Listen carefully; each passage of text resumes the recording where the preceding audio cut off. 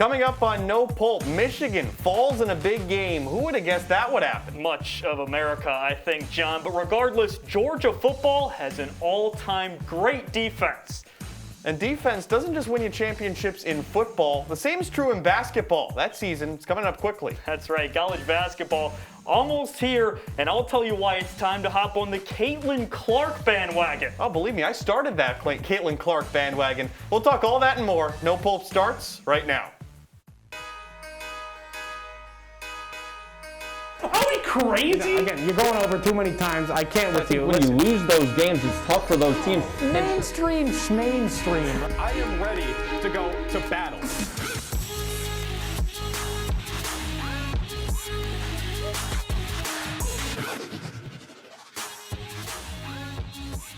Hey, and welcome into No Pulp. I'm John Dales here with Jacob Morris.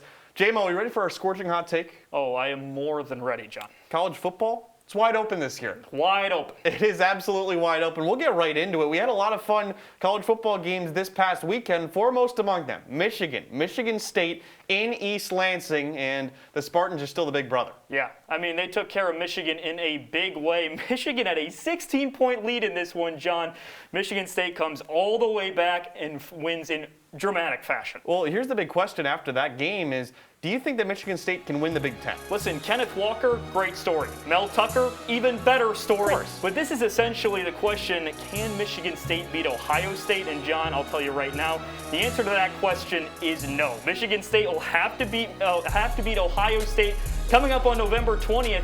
And listen, the Buckeyes, they're not going to blow a 16-point lead. They're going to keep their foot on the pedal and take care of a Michigan State team. Again, they could finish 11-1. That would be awesome. Their Vegas over-under was 4 games heading into the season. Great story, just not a Big Ten championship story. I love that pick in the game that hasn't even happened yet, the Ohio State-Michigan State game. I don't know. I mean, as a Buckeye fan, I'm a little bit nervous about Michigan State now, but I get what you're saying, that I don't see Ohio State turning the ball over twice in the fourth quarter and coughing up a 16-point lead. But regardless, like you said, this is a big turnaround for Michigan State. Yeah, and listen, like you said, they're not going to put in a backup quarterback like Michigan did, and he's not going to fumble. Michigan State is not the team that's going to beat Ohio State, so therefore they can't beat Ohio State and win the Big Ten at the end of the day. But regardless of the side you're on in that one, there's going to be a battle for the Big Ten East down the stretch, like we said. A division that's almost completely wrapped up. That's the SEC East. Number 1 Georgia humiliated yet another opponent, taking down Florida 34-7 on Saturday. John, the Bulldogs are giving up 6.62 points through 8 games. John, is this an all-time great defense we're talking about? They're a very good defense. I'm not ready to crown them all-time yet. I'm just not, the metrics are all really good for them. They're right there. They've given up 6 touchdowns this season as a team. The next best team in college football has 12, and that's Toledo that did that. So yes, they're the best in college football by far. They're a really good team. They win because of their defense, not because of their offense. But still, I don't know, who's the great offenses that they've played? Yeah, and I think you're exactly right on that front, because you're talking about Auburn and you're talking about Arkansas. With that being said, you throw out the insane stat where you're talking about 6 touchdowns through 8 games. Yeah, that's pretty darn good. But 3 offenses they've faced playing more or that have scored more than 30 points per game. Those offenses have scored 17 total points against this defense, John. I think it's an all-time great defense just because of how good offenses are in general. With that being said, everybody seems to have crowned the Bulldogs as the national champion already. I don't know about you. I'm not ready to do that yet, at least until the SEC championship game. I've got the crown in my hands. I'm ready to put it on their head. I haven't released the grip yet, though. You shouldn't. I think they are head and shoulders above everybody else, because everybody else in college football has struggled, has shown signs of, being red-blooded. Georgia hasn't. Who have they struggled against? Maybe Clemson? Maybe? I guess, but listen, Clemson, not a great team, and that's fine. But when you look down the schedule for the Bulldogs, you already said it, not the greatest competition at the end of the day. Obviously, they've taken care of business in a massive way, but I'm waiting until maybe that Alabama game, maybe somebody else, before we just say they have the national championship trophy coming back to Athens. All right, that's fair. Georgia, obviously a team that's doing really well right now. Let's get out of the SEC. Let's go to a real conference. Big Ten football was being played at Camp Randall, and a Wisconsin team that fell off a cliff earlier in the season, they took Iowa to the woodshed, 27-7 in this one. This is an Iowa team that was ranked in the top 10. They were ranked in the top 10 for a while earlier in the season. What happened? Listen, that team was not only ranked in the top 10, John, 3 weeks ago, the Iowa Hawkeyes were number 2 in the entire country. I'll tell you what happened. The offense fell off a cliff. Against Purdue, 7 points. Then they get a bye week to prepare for Wisconsin. 7 points again. Spencer Petras has been awful for Iowa since that Purdue loss and in that Purdue loss as well. That's been the issue for Iowa. They haven't been able to find any offense. The question was, would the run game be able to be sustainable for them? Would the defense be able to keep forcing turnovers? The answer was no to both of those questions. Yeah, 13 carries for 27 yards from Tyler Goodson. Not going to get the job done. Flip the script over for Wisconsin, though. Right after they win this season, they started out real slow. Suddenly, they put together a couple of wins.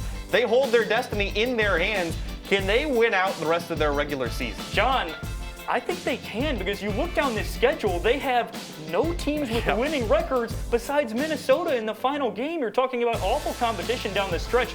And Wisconsin, there's no doubt about it, they struggled out of the gate. But this is a team that we knew could run the ball. And that defense, we just talked about Georgia, the defense that's giving up less yards per game than the Bulldogs. How about Wisconsin giving up less than 220 per game? That keeps them in the game, and the offense is somehow, some way caught up as well. It really is incredible that Wisconsin is that other team that's really good defensively, but you still got to realize that their quarterback's Graham Mertz, and what does he love doing? Throwing the football to the other team. He loves giving the ball to the other team. He simply does. But John, speaking of teams that started slow and have started to turn it on as of late, let's talk about the U. Miami goes on the road and pulls off a 38-34 upset over a top 20 Pitt team. The Hurricanes started 2-4, but John, the turnover chain is out. 2 straight wins over ranked opponents. I'm not ready to say that Miami is back after these 2 wins, though, all right? It's impressive. They beat Pitt, but this is a fundamentally flawed Pitt team. They gave up 44 points to Western Michigan earlier this season. It's still a good Pitt team. It's a good win, but again, this is an ACC that is down as has ever been the case. That Miami, coming into this year, they were ranked number 14 in the country, right? If you told Miami fans at the start of the year, hey, you could be 4-4 after 8 games, do you think they'd be saying, oh my God, I can't believe how lucky we are? Listen, you know why they would be saying, or what they would be saying, oh my God, I can't believe it about, is the play of Taylor Van Dyke. He's been the reason for Miami that this is all turned around. He comes in after the De'Aaron King injury, and in the past 2 games, John, 750 yards, 7 touchdowns, 1 interception. That's something they have to be excited about. Similar to Wisconsin, they have nobody on the back end of their schedule. I know it's not where they want to be, but they could salvage the season. But talking about Miami and Pittsburgh, we'd be remiss not to talk about Kenny Pickett. Over 500 yards. In your eyes, where does he rank among college football's best quarterbacks? Yeah, it's weird coming into this season. Nobody was talking about Pickett. Nobody at Definitely all. top 10. I think definitely top 5 quarterback in college football. I mean, this guy, he's thrown for 300-plus yards in pretty much every game. He threw for 519 in the loss to Miami. In the other loss that his team had, he threw for 382 yards and 6 touchdowns. So, yeah, he keeps his team in the games, and also 302 yards against a good Clemson defense, too. Listen, John, you ingest mentioned the poor performance against Western Michigan, and I think it's really important to bring up when talking about how good Kenny Pickett is, because if they had a defense at Pittsburgh and they didn't give up silly losses to Miami and Western Michigan, we'd be talking about Kenny Pickett in the Heisman race instead of where he's at right now. Really is unfortunate for Kenny. We feel you, Kenny. All right, we're up against a break, though, but stick around, because when we come back, the 5 scariest words J-Mo could think of are becoming true. Tyler Melito enters the juicer. Stick with us.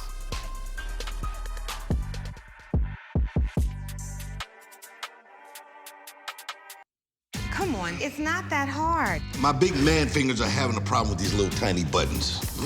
Whoa, watch it there. Your blood pressure's gonna go through the roof. Tell me about it. I'm trying to learn how to get it down. Instead, it keeps going up. High blood pressure can increase the risk for heart attack or stroke. Learn how to keep yours at a healthy range. Ever hear a voice command?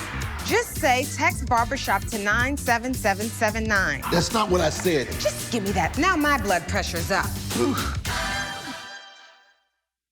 Well, Thomas, you've got prediabetes. But with more exercise and a change in diet, it can be reversed. I've tried exercising. It just makes me hungry for bacon. I love bacon, too. And who really likes to exercise? Not me. Me neither. Nobody. So we're good? What? Oh, you still have prediabetes. Big time. Here's your check.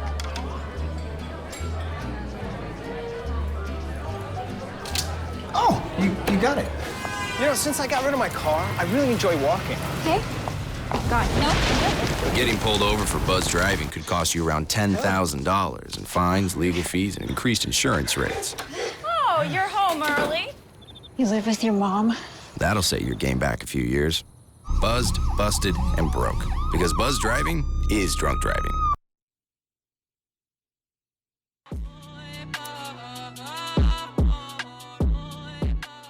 No Pulp is back, and we now welcome on one of the great football minds of our generation, Tyler Melito, to enter the Juicer. Tyler, thank you for joining us. Are you ready to take on J-Mo? Are you feeling confident?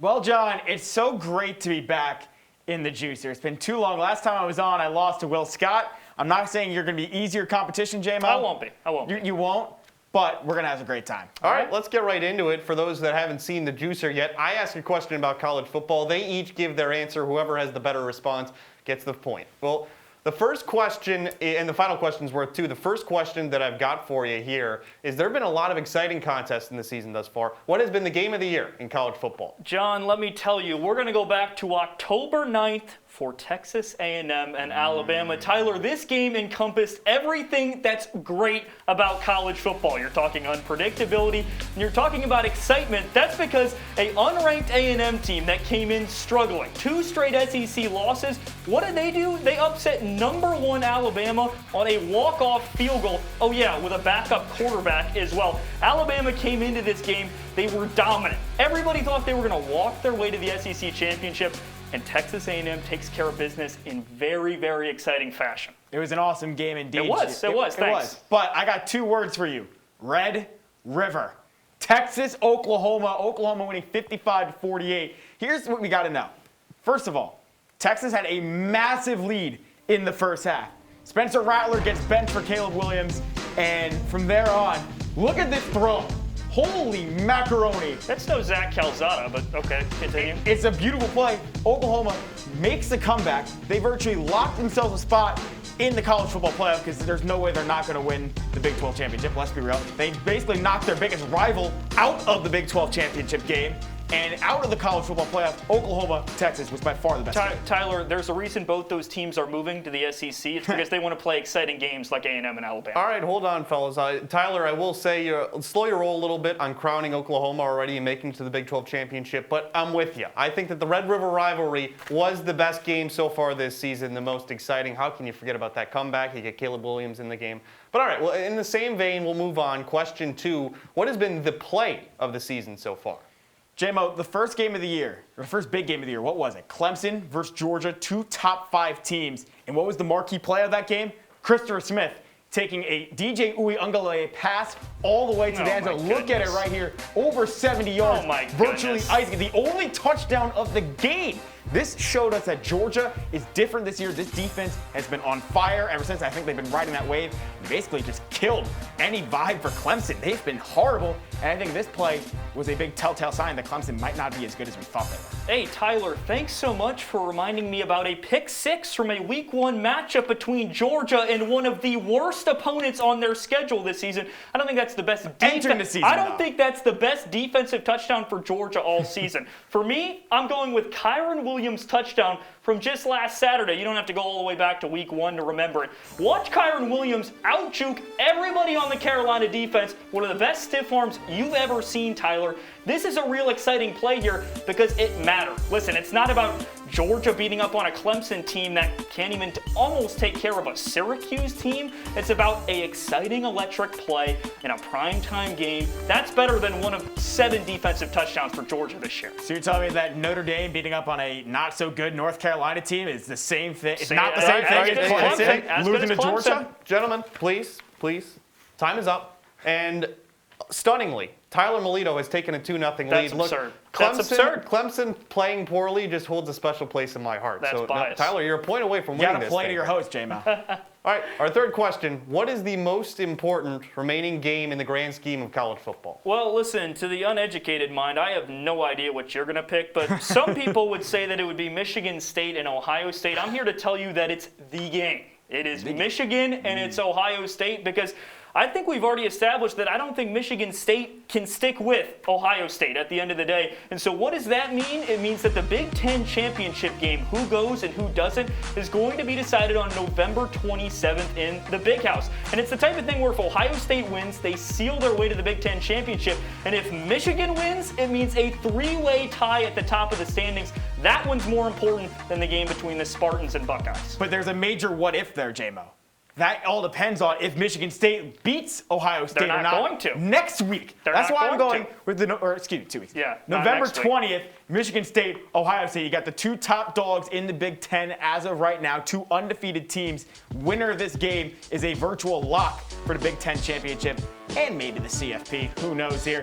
Michigan State, this also is massive for Kenneth Walker. 5 touchdowns last week.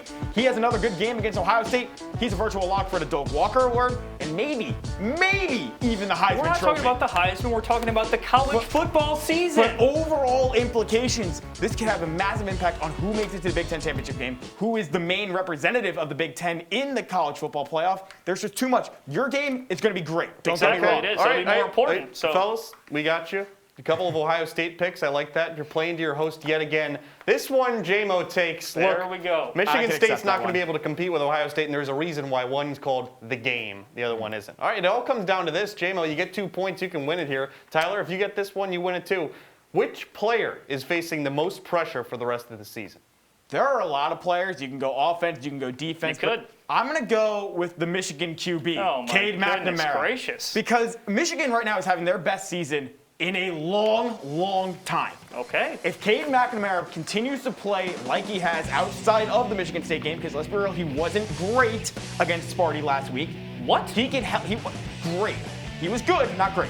He could help carry Michigan to a Big Ten championship game and just silence all the haters that Michigan is the little brother to Ohio State. If he plays well against the Buckeyes in a few weeks, he could help propel the Wolverines to a Big Ten that's game. absurd. You just picked a guy who threw for almost 400 yards against a rival, a guy that had only thrown for more than 200 one time the whole year. He just got the monkey off his back. I'll tell you who has more pressure on him. It's Cincinnati quarterback Desmond Ridder. That's because Cincy has no room for error moving forward if they want to have any hope of becoming the first group of 5 team to make the college football playoff. He's the guy that knows that he can't make a single mistake out there, because not only does Cincinnati have to win games, they have to win games with style. They have to dominate their opponents. They can't be playing so-so games against the bottom feeders of the AAC. They have to show the playoff committee that they deserve the spot, and that means every single possession requires ultimate attention, ultimate focus, and ultimate execution. Cade McNamara had a great game last week. He's feeling good.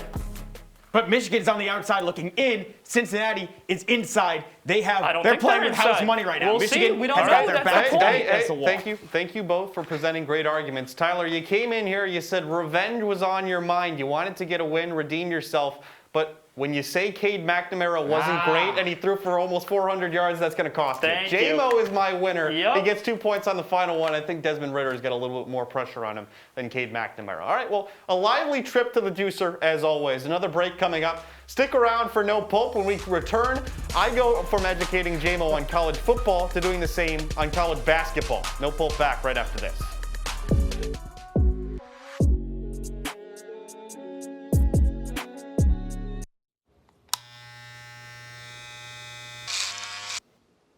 You've messed up your son's haircut. Mom? Do you A, try to fix it? Like it never happened. B, work with what you got? Or C, show solidarity? Thank you, baby. As a parent, there are no perfect answers. But you don't have to be perfect to be a perfect parent. Thousands of teens in foster care will love you just the same. I see you mobbing over her. Let's go. Let's mob. Let's crawl. Let's crawl. Let's crawl. Hey, yo, we mobbing. Come on, girl. Let's crawl. Hey, yo, let's crawl. Hey, yo, let's crawl. Hey, let's crawl. Hey, yo, let's crawl.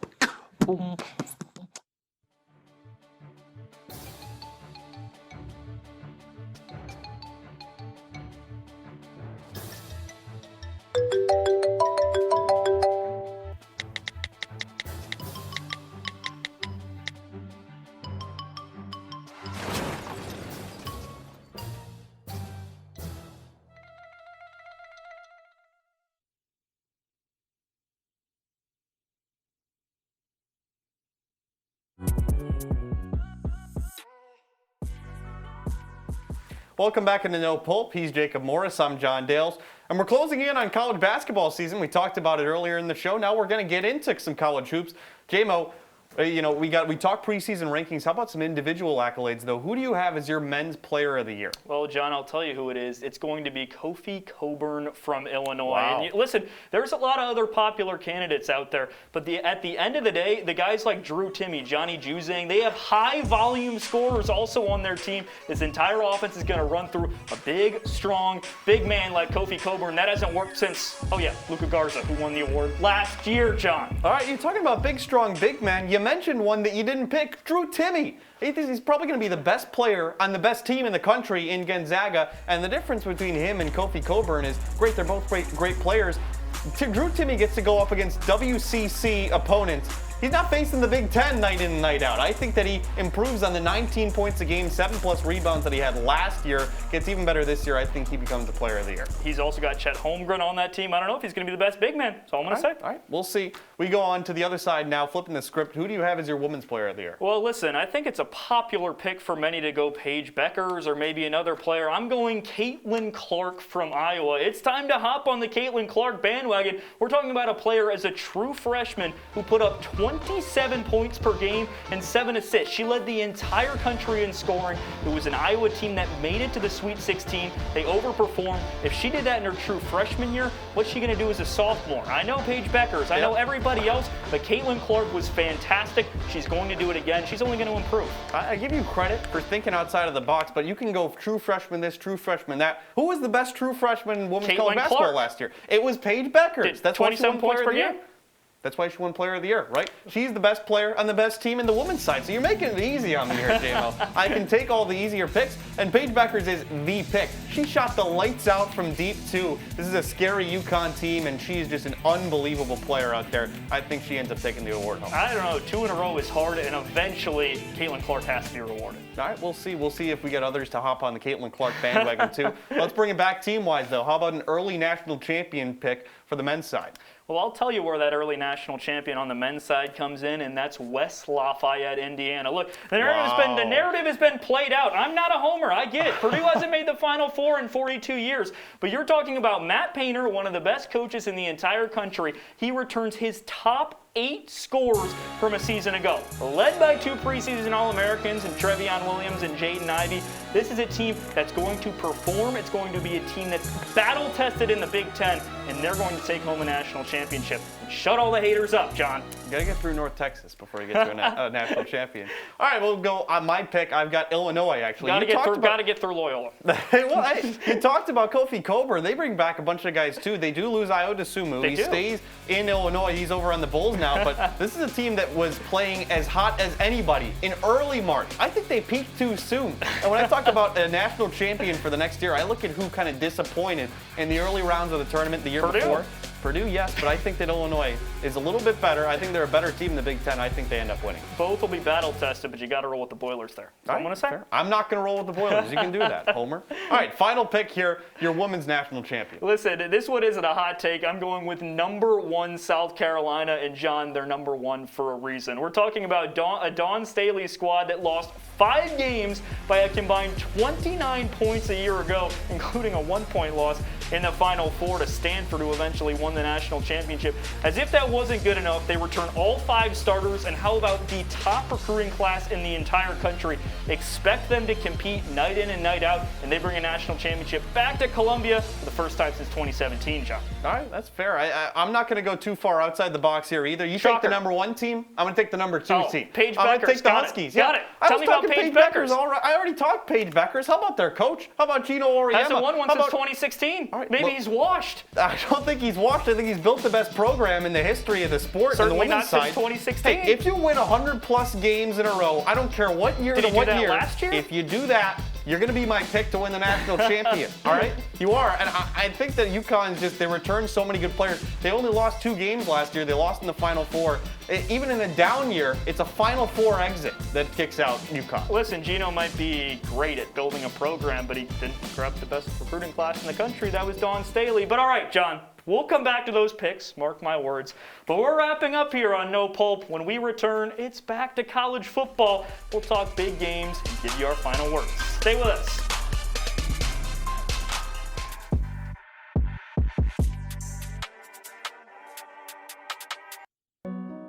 They said a bottle was just a bottle.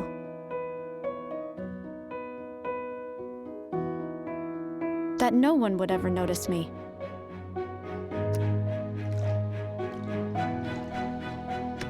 But I knew I could be more.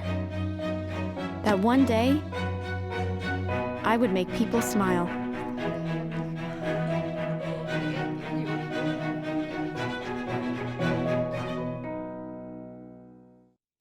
They told me a bottle couldn't dream. That I would never become a superhero.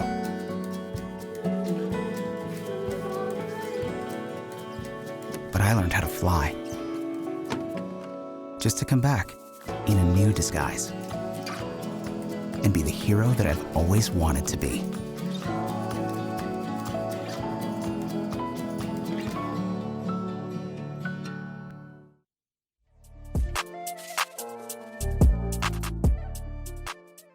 Welcome back into No Pulp. John Dales, Jacob Morris finishing up with you here in the Citrus TV studio.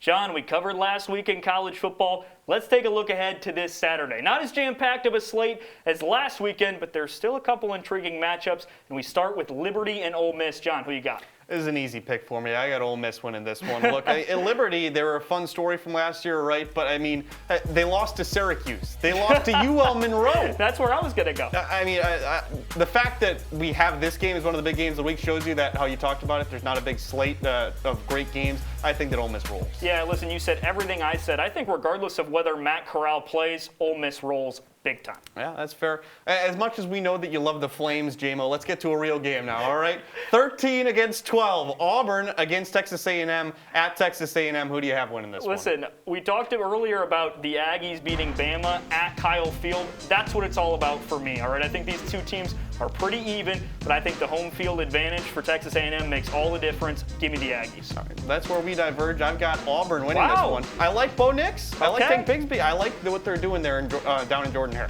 But all right, we'll go ahead now to our final thoughts of the day from this past week in college football. Simply said on my part, Jim Harbaugh is a fraud. I don't want to hear about Jim Harbaugh anymore. He can go 10-2 every year with losses to Ohio State and Michigan State, and it wouldn't matter because he's there to beat those two teams, and he can't.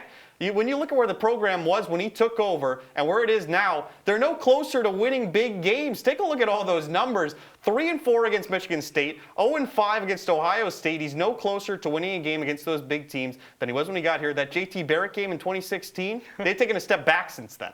John, fine. All right, I'm shocked that you're insulting the Maize and Blue. But for my final word, we go to Clemson and Florida State this past weekend. Final play of the game in this one. FSU down 24-20, needing a miracle. That's not what's important. Clemson was a 9.5-point favorite in this one, meaning they just had to lose by 9 points or less. It's 24-20. It's over. Look what happens. All of a sudden, Clemson picks it up. 0 seconds left on the clock. They roll into the end zone and get the cover and the win. I feel bad for all Florida State bettors. That's all I got to say, John. I don't feel bad for Michigan fans. I do feel bad for the Florida State bettors after you said that, though. A tough beat right at the end of the game. Real bad beat. All right, well, we're out of time on this edition of No Pulp. Alongside Jacob Morris, I'm John Dale saying thanks so much for joining us, and we'll be with you next time.